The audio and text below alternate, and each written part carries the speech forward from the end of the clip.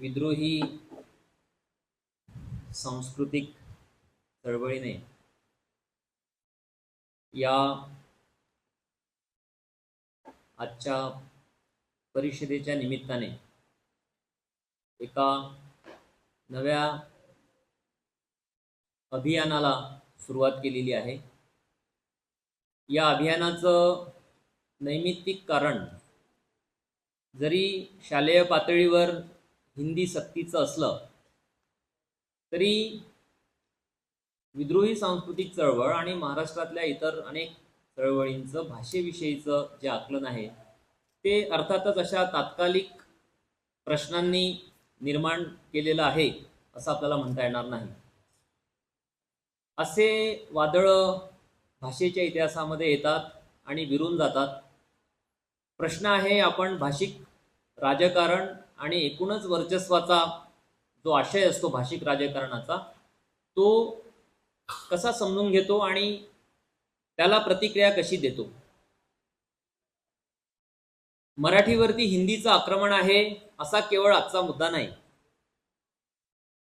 मुद्दा भाषा आणि वर्चस्वाच्या संबंधांचा आहे आणि हा मुद्दा सनातन आहे। त्याचा सरकारच्या कुठल्या सर्क्युलरशी कुठल्या आदेशाशी संबंध तसा तेवढा अगदी सरळ असा आहे केवळ असं नाही।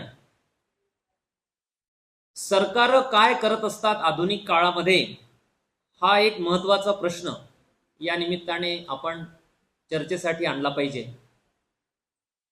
या शहरामध्ये कौतिकराव ठाले पाटील राहतात। त्यांनी 1 वर्षापूर्वी मुक्त शब्द या मासिकामध्ये एक लेख लिहिला होता। त्या लेखाचं शीर्षक होतं भाषिक संस्था, सरकार आणि बिगर शासकीय साहित्य संस्था। म्हणजे मसाप मराठवाडा साहित्य परिषद आहे या शहरामध्ये, तिकडे महाराष्ट्र साहित्य परिषद आहे पुण्यात, तिकडे विदर्भ साहित्य संघ आहे नागपूरमध्ये। ह्या ठाले पाटलांसाठी बिगर शासकीय संस्था साहित्य वाङ्मयीन संस्था आहे।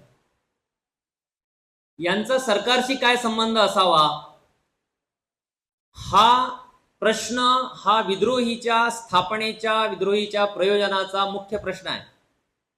इथे ज्योतिराव फुल्यांचं पत्र या मंचावरती तुम्ही वाचू शकता। हे पत्र त्यांनी सरकारला लिहिलेलं नव्हतं, हे पत्र त्यांनी त्या काळामधल्या भाषिक अभिजनांना लिहिलेलं होतं। आणि भाषेचं राजकारण 2 घटक प्रभावित करतात। एक बाह्य घटक जो आहे तो सरकारचा आहे आणि आंतरिक घटक जो असतो तो अभिजनांचा असतो। फुल्यांचं पत्र हे त्या काळामधल्या अभिजनांना लिहिलेलं पत्र आहे। विद्रोही सांस्कृतिक चळवळ ही मुख्यतः महाराष्ट्रामधले जे भाषिक आणि वाङ्मयीन अभिजन आहेत त्यांना दिलेली प्रतिक्रिया आहे। आणि ठाले पाटलांचा जो लेख आहे तो साहित्यिक जे आहेत, भाषातज्ञ जे आहेत त्यांनी सरकारसोबत समन्वय साधला पाहिजे आणि सरकारचं मुख्य उद्दिष्ट किंवा सरकारचं प्रयोजन हे भाषा आणि साहित्य वगैरे जो व्यवहार असतो त्याला फुलवण्याचं आहे, त्याला उत्तेजन देण्याचं आहे, अशा आशयाचा त्यांचा लेख आहे। या लेखाला मी एक 40 पानांचा लेख लिहून मुक्त शब्दाला प्रतिक्रिया दिली। हे सांगण्याचं कारण हे नाही आहे की मी काय केलं हे मला सांगायचं आहे, पण हा लेख दुर्लक्षित राहिला म्हणून मी मराठवाड्यातल्या अनेक पुरोगामी लेखकांना तो पाठवला। पण अभिजन हे ब्राह्मणी असो अथवा ब्राह्मणेतर त्यांचा प्रभाव आणि त्यांची दहशत एवढी असते की मराठवाड्यामधल्या पुरोगामी म्हणणाऱ्या साहित्यिक आणि अभ्यासकांनी सुद्धा त्या लेखावरती प्रतिक्रिया देण्याचं टाळलं। प्रश्न असा आहे की एका बाजूला अभिजन, ज्याला आम्ही आमच्या सामाजिक भाषा विज्ञानामध्ये अलीकडच्या काळामध्ये भाषिक अभिजन असं म्हणायला लागलेलो आहोत, की समाजामध्ये वेगवेगळ्या प्रकारचे अभिजन असतात, त्यामध्ये एक कॅटेगरी जी आहे ती भाषिक अभिजनांची आहे। फुल्यांनी कोणाला पत्र लिहिलं मला जर विचारलं तुम्ही तर मी म्हणेल की तत्कालीन भाषिक अभिजनांना लिहिलेलं ते पत्र आहे. तो आंतरिक घटक आहे भाषेच्या राजकारणाचा. आणि भाषेचं राजकारण घडविणारा बाह्यतम घटक जो आहे तो सरकारचा आहे, तो स्टेटचा आहे. आणि तो घटक काय असतो याचं एक उदाहरण आपण एक थोडं इंग्लंडमध्ये घडलेल्या एका घटनेवरून समजून घेऊ. 1866 मध्ये एक हाईड पार्क नावाचं एक गार्डन आहे, एक पार्क आहे लंडन शहरामध्ये, आणि तिथे कामगारांनी सभा घेतली. सभेचा विषय होता की कामगार जे आहेत, टॅक्स न भरणारे जे लोक आहेत, गरीब लोक, त्यांना सुद्धा मतदानाचा हक्क असला पाहिजे. आपल्याकडे आजही अनेक जे पार्क्स वगैरे असतात ते अभिजनांसाठी राखीव असल्यासारख्या त्या पब्लिक स्पेसेस आहेत. हाईड पार्कमध्ये कामगारांनी अशी सभा घ्यावी, यातून संस्कृती धोक्यात येते असं इंग्लंडमधल्या अभिजनांना वाटलं. आणि त्या अभिजनांची एक प्रातिनिधिक प्रतिक्रिया ही मॅथ्यू अर्नॉल्ड नावाच्या कवीने एक पुस्तक लिहून दिली. त्या पुस्तकाचं नाव आहे कल्चर अँड अनार्की. की सामान्य लोक जेव्हा त्यांच्या हक्कांची भाषा बोलतात, स्वतःच्या अस्मितेचा शोध घेतात, तेव्हा अभिजनांना ती अनार्की वाटते. त्यांना ती एक प्रकारचा गोंधळ वाटतो. त्यांना असं वाटतं की ही अशांतता आहे. आणि तिथून पुढे असा विचार इंग्लंडमध्ये विकास पावला गेला की या अनार्कीचं करायचं काय.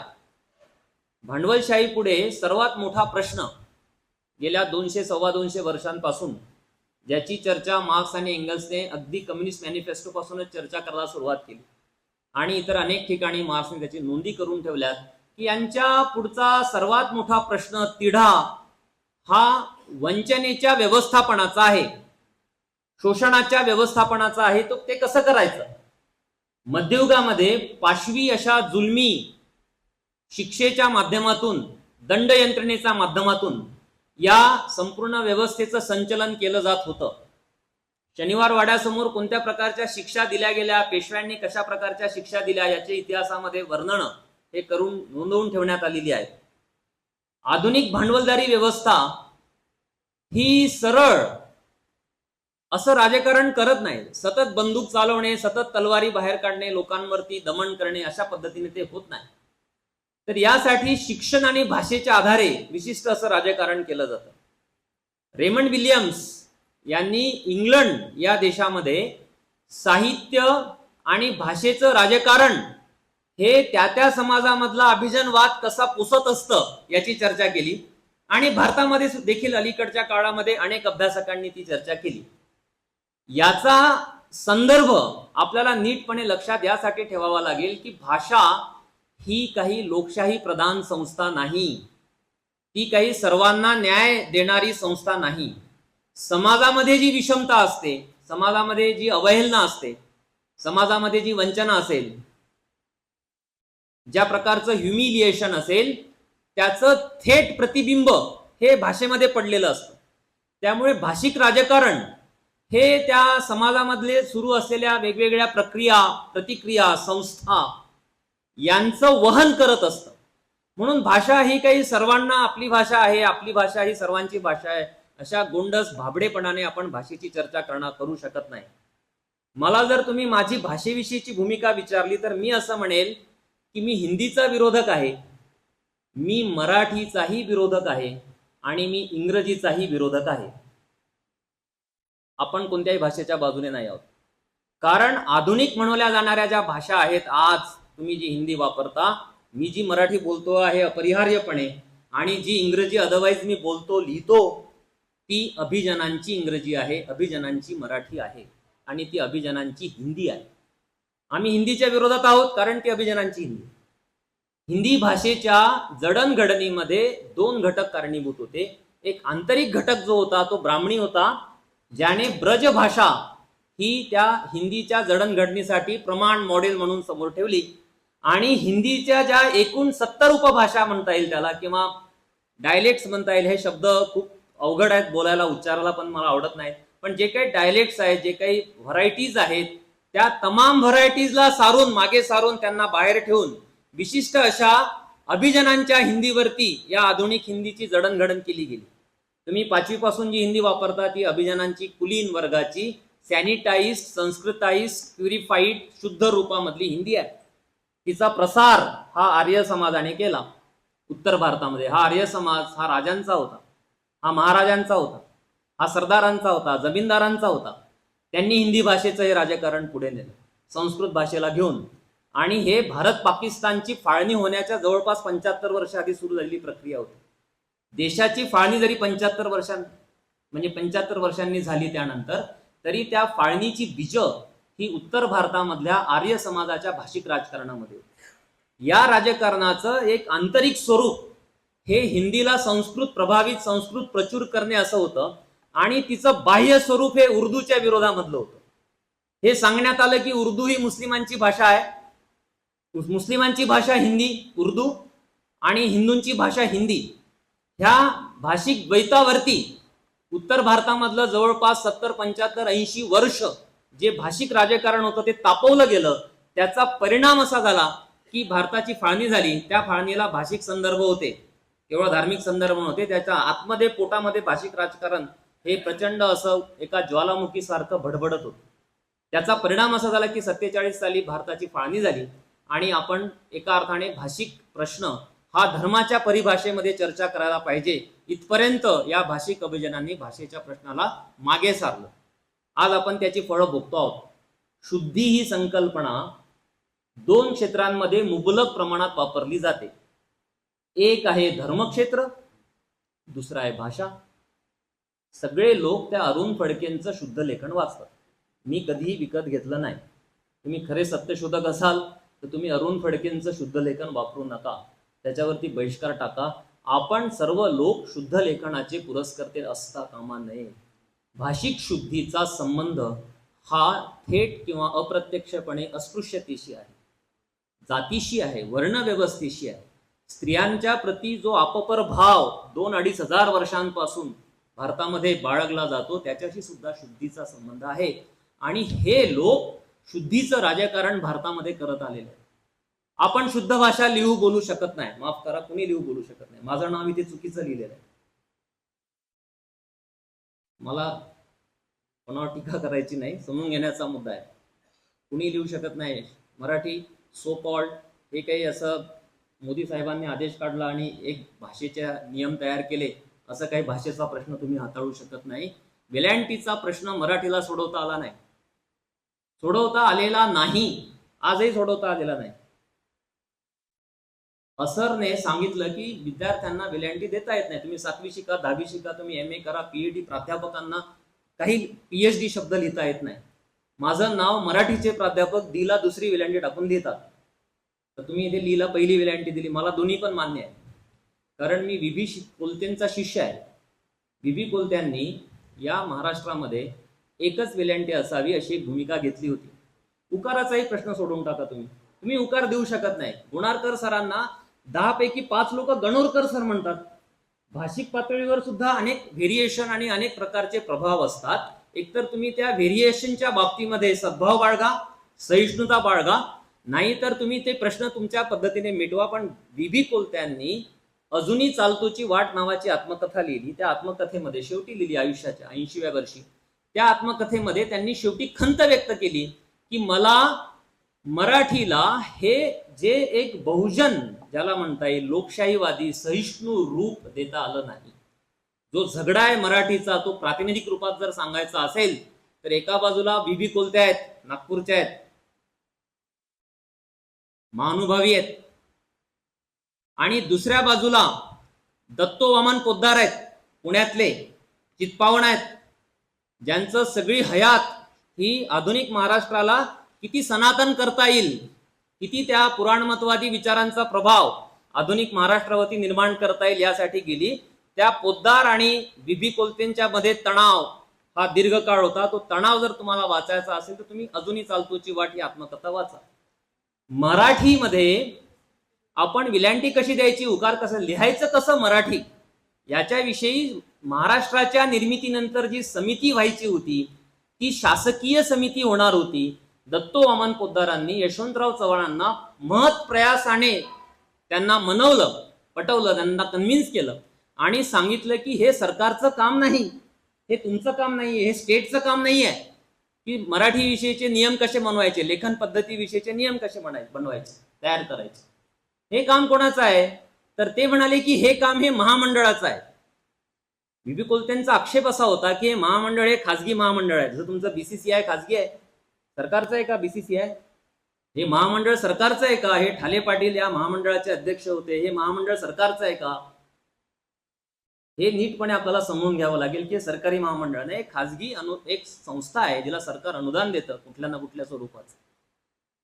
या महामंडळाने 1960 नंतर जो संयुक्त महाराष्ट्र निर्माण झाला, ज्यासाठी अण्णाभाऊ यांनी हा उभा महाराष्ट्र पिंजून काढला असेल, क्रांतिसिंह नाना पाटील, कॉम्रेड दत्ता देशमुख, हे लोक पूर्ण महाराष्ट्रामध्ये फिरले, त्यानंतर हा संयुक्त महाराष्ट्र निर्माण झाला. त्या संयुक्त महाराष्ट्राच्या निर्मितीनंतर जे राजकारण केलं गेलं ते राजकारण हे अभिजनवादी राजकारण होतं आणि ते या महामंडळाने केलं, ज्याच्या विरोधात ही विद्रोही सांस्कृतिक चळवळ उभी आहे 25 वर्षांपासून. त्या महामंडळाने हे काम शासनाकडून स्वतःकडे घेतलं. आता पुन्हा तिथे 2 घटक आहेत. एक घटक आहे राज्य संस्था आणि दुसरी घटक आहे अभिजन. यशवंतराव चव्हाण आहेत राज्य संस्था आणि दत्तोअमन पोद्दार आहेत अभिजन. आणि या 2 घटकांची युती असते. या 2 घटकांची जर युती नसेल तर आपलं काम सोपं आहे. पण आपल्याला ज्यांच्या विरोधात झगडा करायचा आहे ते बाह्यतम घटक जो आहे तो स्टेटचा आहे. त्या स्टेटच्या विरोधामध्ये जर आपल्याला जावं लागेल. पण आंतरिक घटक जो असतो भाषिक राजकारणाचा तो अभिजनांचा असतो. आणि अभिजनांचा प्रभाव भाषेवरती किती असू शकतो याची साक्ष आपल्याला आधुनिक महाराष्ट्राचा जो सांस्कृतिक इतिहास आहे गेल्या 100, 150, 200 वर्षांचा त्याच्यावरून घेता येतो. मराठीतलं पहिलं महत्वाचं व्याकरण हे दादोबा पांडुरंग तरखडकरांनी लिहिलं. हे ब्राह्मणे तर होते, कोकणातले होते. त्यांना एकतर सामान्य लोकांच्या मराठीचं व्याकरण लिहिण्याची संधी होती, कोकणामध्ये जी काही मराठी बोलली जाते तिचं व्याकरण लिहिण्याची संधी होती. पण दादोबांनी व्याकरणाच्या प्रस्तावनेमध्ये जो सूर लावला तो क्षमा प्रार्थीचा सूर आहे. माफ करा अभिजनांनो, मला माफ करा जर माझे काही कोकणी शब्द या मराठीच्या व्याकरणामध्ये आले असतील तर. दादोबांनी हार खाल्ली. वर्ष 1836 काही नाही महाराष्ट्रामध्ये, तरी देखील जे भाषिक राजकारण त्या काळामध्ये घडत होतं त्याच्यामध्ये ब्राह्मणी संपूर्ण प्रभाव हा किती खोलवरती होता हे आपल्याला व्याकरणांच्या रचनांवरून कळतं. त्यानंतर 75 वर्ष हे दादोबांचं व्याकरण हे पाठ्यपुस्तकांमध्ये टेक्स्टबुक म्हणून राहिलं. म्हणजे त्या काळामध्ये पाठ्यपुस्तकांमधनं ज्यांनी मराठीचं व्याकरण शिकले असतील ते सगळे लोकांनी दादोबा पांडुरंगांचं व्याकरण हे प्रत्यक्ष अप्रत्यक्षपणे वाचलं. आणि त्यानंतर जे व्याकरण आलं 1911 मध्ये ते दामलेंचं व्याकरण आहे. हे केशवसूत जे होते ना त्यांचे भाऊ एक दामले, ते नागपूरला राहत होते आणि त्यांनी तिथे ते व्याकरण लिहिलं. पण हे व्याकरण नागपूरच्या मराठीचं नाही, हे पुणा प्रमाण मराठीचं व्याकरण आहे, ब्राह्मणी मराठीचं व्याकरण आहे. पुणेरी ज्याला आपण चित्पावणी म्हणू शकतो, म्हणजे चित्पावणी मराठी नाही आहे ती. चित्पावनांनी स्वतःची भाषा त्यांनी टाकून दिली आणि त्यांनी आधुनिक मराठीचा स्वीकार केला, तिला तिच्या घडवणुकीमध्ये स्वतःची भागीदारी दिली. त्यामध्ये दामले होते. 1911 मध्ये हे व्याकरण, ते 1911 ते 2025 या व्याकरणाचा प्रभाव आहे. दलित चळवळीकडे पर्यायी सौंदर्यशास्त्राची मांडणी आहे, पर्यायी भाषा विज्ञानाची मांडणी नाही. डाव्यांकडे पर्यायी सौंदर्यशास्त्राची मांडणी असेल पण त्यांच्या महाराष्ट्रामध्ये तरी आपल्याकडे पर्यायी भाषा विज्ञानाचा, पर्यायी भाषेचा विचार नाही. आपण शाळेमध्ये जे शिकतो, जी भाषा आपण वापरतो ती भाषा ही आपली भाषा नाही. मला असं वाटतं की महाराष्ट्रातच नाही, भारतातच नाही, संपूर्ण जगामध्ये सर्वसामान्य लोकांच्या भाषेमध्ये सैद्धांतिक रचना करणारी एकमेव व्यक्ती म्हणजे महात्मा ज्योतिराव फुले होते. त्यांना प्रमाण भाषेची आवश्यकता वाटली नाही. तुम्ही अप्रमाण भाषेमध्ये सुद्धा सैद्धांतिक लेखन करू शकता. फुले त्यांचं लेखन हे शेतकऱ्यांना वाचून दाखवत, ते यासाठी नाही की ते आणखी अवघड करण्यासाठी, ते यासाठी की सामान्य लोकांना माझं हे सगळं समजतं का, आणि त्यांनी सामान्य लोकांच्या भाषेमध्ये लेखन केलं. मला असं वाटतं की फुल्यांशिवाय दुसरा मला कोणी अभ्यासक आज तरी मला तो शोधावा लागेल, आणखी कोण आहे असतील सुद्धा लोक, पण तसं घडलेलं नाही. हे जे दामलेंचं व्याकरण आलं त्या व्याकरणाचा प्रभाव हा कामता प्रसाद गुरूंच्या व्याकरणावरती होता, ज्यांनी आधुनिक हिंदीला घडवलं.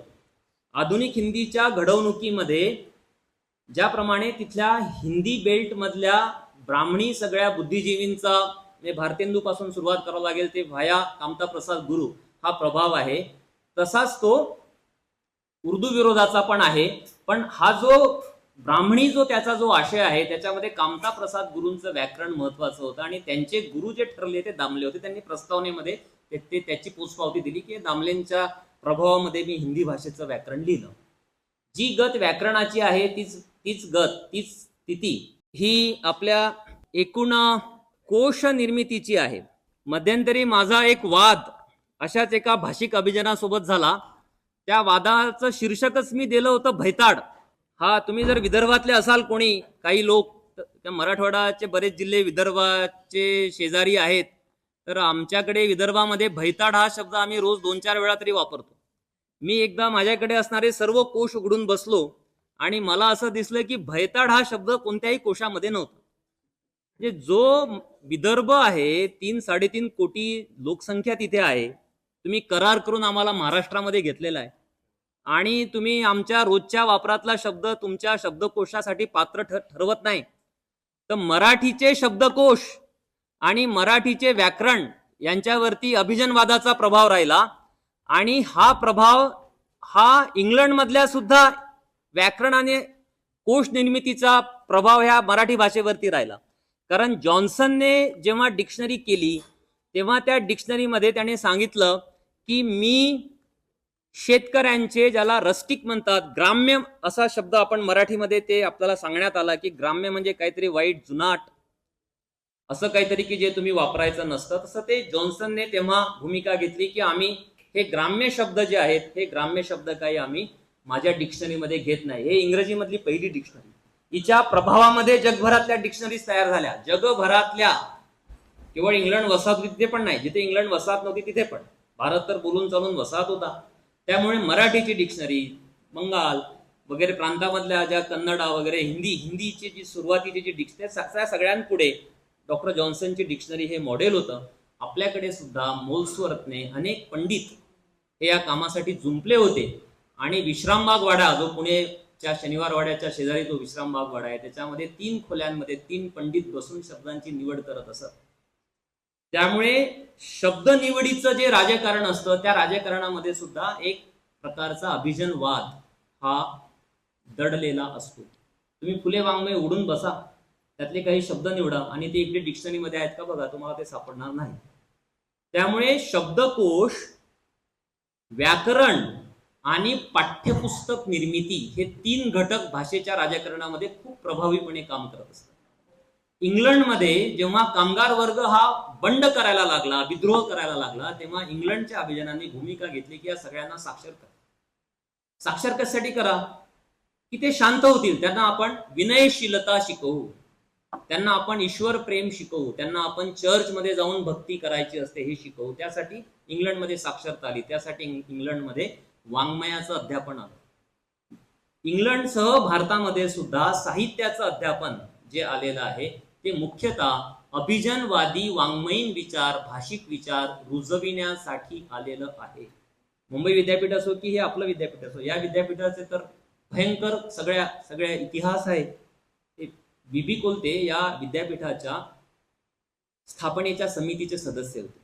तर तुम्हाला सगळ्यांना माहिती आहे की या विद्यापीठाला नामांतरापूर्वी काय नाव होतं? मराठवाडा विद्यापीठ. अनेकांना असं वाटतं की मराठवाडा हे नाव हे आमच्या प्रादेशिक अस्मितेचं प्रतीक आहे म्हणून आलेलं आहे. तर आम्हाला विद्यापीठ दिलं त्याच्यात पण मराठवाडा शब्द दिला, हरकत नाही, प्रादेशिक मुद्दा आहे.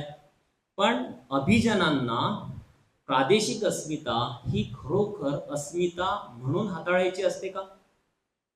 बी कोलते जेव्हा समितीचे सदस्य म्हणून इथे आले तेव्हा ते या शहरामध्ये फिरले, त्यांनी अनेकांच्या मुलाखती घेतल्या आणि त्यांनी असा मुद्दा मांडला की ऑक्सफर्डला विद्यापीठ आहे, त्याचं नाव ऑक्सफर्ड आहे, हे वाचतोय मी असं समजा, अजूनही चालतोची वाट.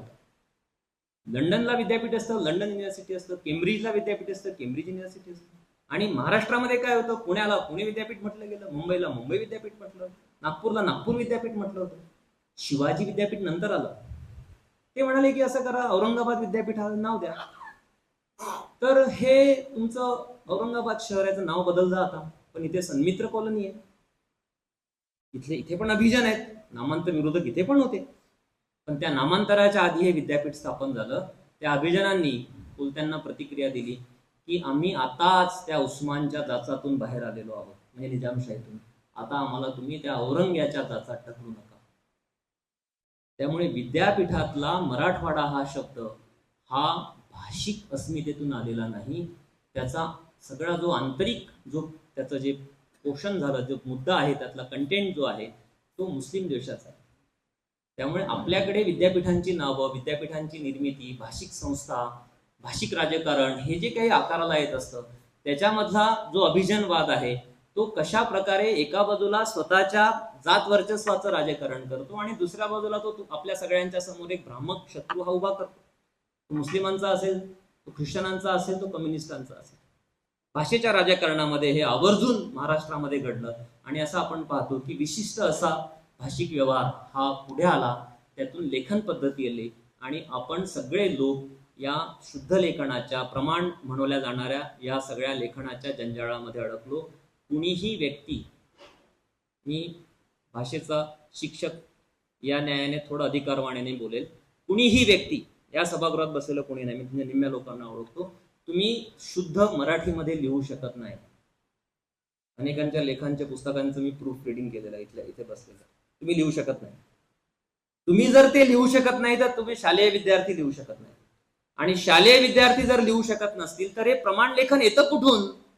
किमान इंग्लंडचा असा इतिहास सांगतो की जेव्हा भाषा ही भाषेचं अधिकाधिक लोकशाहीकरण व्हायला लागलं 19व्या शतकामध्ये, तेव्हा प्रमाणीकरणाची प्रक्रिया अत्यंतिक कसोशीने राबविली गेली. तिला द्रव्यबळ पुरवलं गेलं, तिला एक अधिमान्यता दिली गेली आणि त्या प्रक्रियेमध्ये इंग्लंडमधले अभिजन जे आहेत ते अभिजन सामावून घेतले गेले. याचा परिणाम असा झाला की इंग्लंडमध्ये जे सर्वसामान्य शेतकरी आणि कामगार हे या लोकांच्या ज्या बौद्धिक आकांक्षा होत्या, शैक्षणिक आकांक्षा होत्या, यांच्या ज्या वर्गोन्नतीच्या आकांक्षा होत्या, वर जाण्याची त्यांची आकांक्षा होती, काहीतरी मिळवून याची आकांक्षा होती, त्या आकांक्षेवरती अंकुश आला. त्यामुळे सरकारी धोरण जे असतं ते खूप नेहमीच असं भाषिक उदारपणाचं असतं असं नाही. आपल्याकडे भूमिका घेतली होती की इंग्लिश भाषा म्हणजे काय, महाराष्ट्रामध्ये, भारतामध्ये ती जणू काही समतेची भाषा आहे, लेवलर आहे.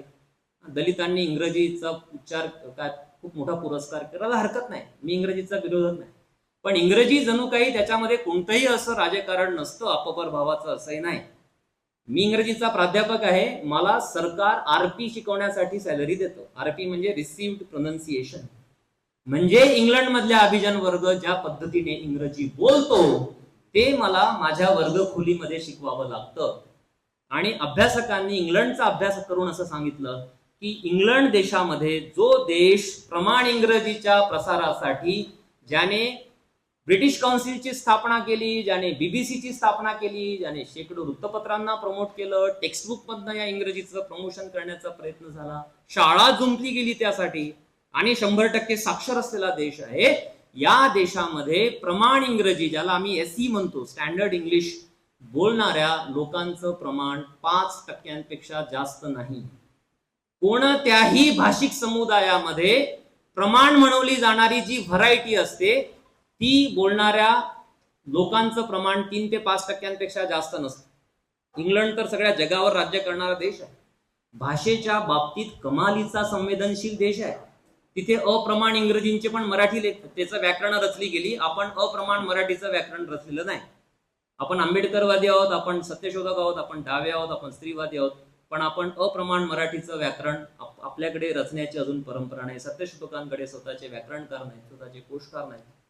इंग्लंडमध्ये तसं नाही. डाव्या चळवळीच्या प्रभावातून, कामगार वर्गीय चळवळीच्या प्रभावातून तिथे सामाजिक भाषा विज्ञानाची रुजवणूक झाली. ती मुळात यासाठी झाली की कामगारांची इंग्रजी वेगळी आहे, शेतकऱ्यांची इंग्रजी वेगळी आहे, स्त्रियांची इंग्रजी वेगळी आहे, आणि ती केवळ वेगळी नाही तर ती मध्यमवर्गीयांच्या इंग्रजीपेक्षा सरस आहे. न्यूयॉर्क शहरामध्ये विलियम लेबाव नावाच्या अभ्यासकाने तो 20 वर्ष फिरला, एवढा मोठा टेप रेकॉर्डर घेऊन, विद्यार्थ्यांचा संच घेऊन फिरला झोपडपट्ट्यांमध्ये, आणि त्याने हजारो सॅम्पल्स गोळा केले न्यूयॉर्क शहरामधल्या झोपडपट्टीमध्ये राहणाऱ्या कृष्णवर्णीय काळ्या गरीब मुलांचे, आणि त्याच्या अगेन्स्ट उंच इमारतींमध्ये राहणाऱ्या स्वतंत्र गोऱ्यांच्या वसाहतीमध्ये राहणाऱ्या उच्चभ्रू मुलांचे.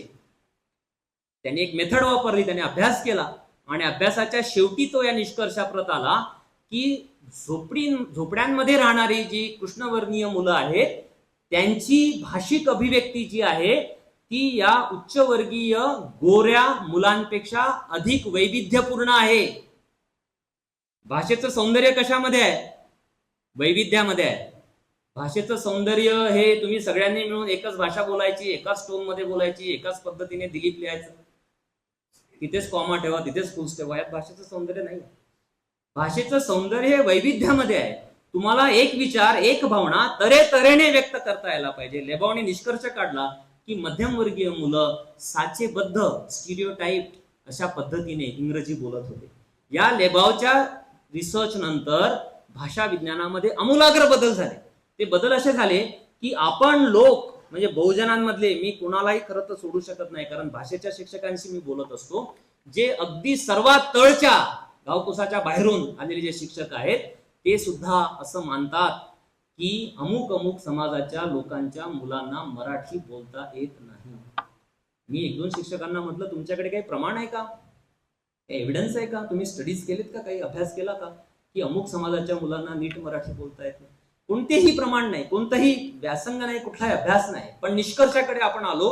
हे निष्कर्ष आपल्याला ब्राह्मणी व्यवस्था काढायला लावते की तुमच्या दलितांना मराठी येत नाही, झोपडपट्टीतल्या मुलांना मराठी येत नाही, शेतकऱ्याच्या मुलाला मराठी येत नाही, स्त्रियांना मराठी येत नाही, याला येत नाही. आणि त्याच्यामधनं जे काही नियमावली तयार झाली, जे काही लेखन पद्धती तयार झाली, त्यातनं आपल्याकडे एका अर्थाने एक सामूहिक, एक बौद्धिक कत्तल ही 7वीच्या पातळीवर, 8वीच्या, 10वीच्या, 12वीच्या पातळीवर मराठीची सुरू. इंग्रजीमध्ये जेवढे मुलं अनुत्तीर्ण होतात जवळपास तेवढेच मुलं हे मराठीमध्ये अनुत्तीर्ण होतात.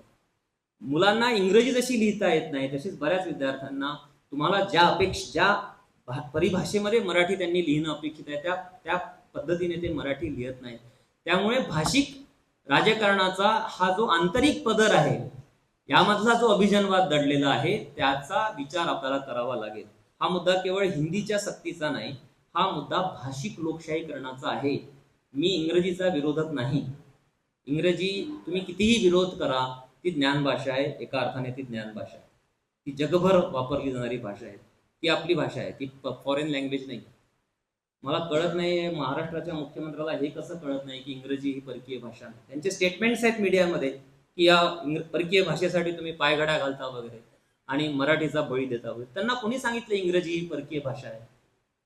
इंग्रजी कुठे परकीय भाषा आहे? इंग्रजी ही भारतीय भाषा आहे आणि तिचा आम्ही पुरस्कार करणार. आम्ही हिंदीचाही द्वेष करणार नाही. सामान्य लोक जे हिंदी बोलतात ते मुंबईत असो, नाहीतर या छत्रपती संभाजीनगरमध्ये, नांदेडमध्ये, नागपूरमध्ये, कुठे जे लोक हिंदी बोलतात आम्ही त्या हिंदीचा सन्मान करू. पण तुम्ही जर आमच्यावरती त्या ब्रज व्हरायटीवरती आधारलेली जी हिंदी लादू पाहता त्या हिंदीचा आम्ही विरोध करू. तुम्ही आम्हाला प्रमाण मराठीच्या नावाखाली जे संस्कृत प्रचूर चित्पावनी मराठी पुणेरी म्हणतात त्याला, ते मला पुणेरी म्हणायचं नसतं कधीच. मी पुणेरी मराठी हा शब्द माझ्या लेखनात वाचेत कधी करत नाही. ते पुणेरी मराठी नाही. पुण्यामध्ये कुठे ब्राह्मणच केवळ कुठे राहतात? फुले पुण्याचेच आहेत ना, रास्तापेठ वगैरे पुण्यामध्येच आहेत. ती ब्राह्मणी मराठी आहे. त्या ब्राह्मणी मराठीचे आम्ही विरोधक आहोत आणि आम्ही प्रमाण इंग्रजीचे पण विरोधक आहोत. कारण या प्रमाण इंग्रजीच्या जे होतं, जे एक पोलादी संपूर्ण जे फ्रेम होती, त्याच्या खाली जगभरातले गरीब, काळे, आफ्रिकेतले, आशिया खंडामधले हे चिरडले गेले. आज तुम्ही कुणीही, मी सुद्धा स्टँडर्ड इंग्लिश बोलू शकत नाही, अशी आज अवस्था आहे. त्यामुळे आपल्याला भाषेचा विचार जो आहे त्याचा एका अर्थाने पुनर्विचार करावा लागेल. आणि माझी तरी अशी समजूत आहे की विद्रोही सांस्कृतिक चळवळीशिवाय दुसरा तो विचार कोणी करू शकत नाही. हे ठाले पाटील आणि ते समरसता जे आहे आमच्या शहरात सुरू आहे आज, ते भाषिक वर्चस्ववादी लोक आहेत. त्यांच्या मागे तुम्ही जाल तर चिरडून जाल. त्यांना आपल्या मुक्तीचा कोणताही त्यांच्याकडे प्रश्न नाही, कोणताही मार्ग नाही. ठाले पाटलांचा लेख सरळ सरळ असा आहे की सांस्कृतिक आणि वाङ्मयीन संस्था ज्या आहेत त्या सरकारच्या दावणीला बांधा. विद्रोही सांस्कृतिक चळवळीची स्थापनाच्या या मुद्द्यासाठी झालेली आहे की स्टेट जे आहे ते भांडवली स्टेट आहे, ते ब्राह्मणी स्टेट आहे महाराष्ट्रामधलं, भारतामधलं, आणि ते पुरुष सत्ताक स्टेट आहे. त्याच्या दावणीला आम्ही आमचं संस्कृतीचं राजकारण आणि भाषेचं राजकारण बांधणार नाही. त्यामुळे ही जी परिषद आहे ती केवळ हिंदी विरोधात हिचा तात्कालिक संदर्भ जरी असला तरी आपली जी लढाई आहे ती अजून लांब पल्ल्याची आहे, जिथे आपल्याला मराठी, हिंदी, इंग्रजी आणि भारतातल्या त्या सगळ्या तमाम भाषा ज्या ब्राह्मणी, पुरुषी आणि भांडवली प्रभावातून घडवल्या गेल्या त्यांची पुनर्घडवणूक करावी लागेल. मला त्याला शब्द अजून सापडत नाही की त्याला काय म्हणता येईल. इंग्रजीमध्ये ते डी हेजेमनाइज म्हणतात, डी स्टँडर्डाइज म्हणतात. मराठीचं अप्रमाणीकरण करावं लागेल, हिंदीचं अप्रमाणीकरण करावं लागेल, त्याला मान्यता तुम्हाला मिळवून द्यावी लागेल.